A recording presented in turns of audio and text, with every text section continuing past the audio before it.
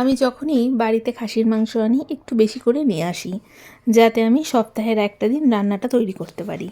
তাই সেই রবিবার রান্না করার পর সপ্তাহের একটা দিন থাকে যেই দিনও আমরা অল্প একটু মাংস খেতে পারি, তার সাথে সামান্য একটু মেটেও নিয়ে আসি। খাসির মাংসের মেটেতে কিন্তু প্রচুর পরিমাণে প্রোটিন থাকে, তাই আমি চেষ্টা করি ওই সপ্তাহের একটা দিন এই মেটে না হয় মাংসের সঙ্গেই মেটে অল্প একটু তৈরি করার। আমার শরীরে কিন্তু একদম ধৈর্য নেই যে আমি কড়াইয়ের মধ্যে আস্তে ধীরে এই মাংসটা তৈরি করব আমার কর্তামশাইয়ের মতন। তার জন্য আমি প্রেশার কুকারেই বসিয়ে দিই রান্নাটা। বেশ খানিকটা সর্ষের তেলে সাদা জিরে ফোড়ন দিয়ে একটা মশলা দিয়েছি, যেখানে পেঁয়াজ, টমেটো, আদা আর ছিল রসুন। লঙ্কাটা আমি পরে এক্সট্রা করে বেটে আবার দিয়েছি, যাতে মাংসতে ঝালটা একটু বেশি হয়।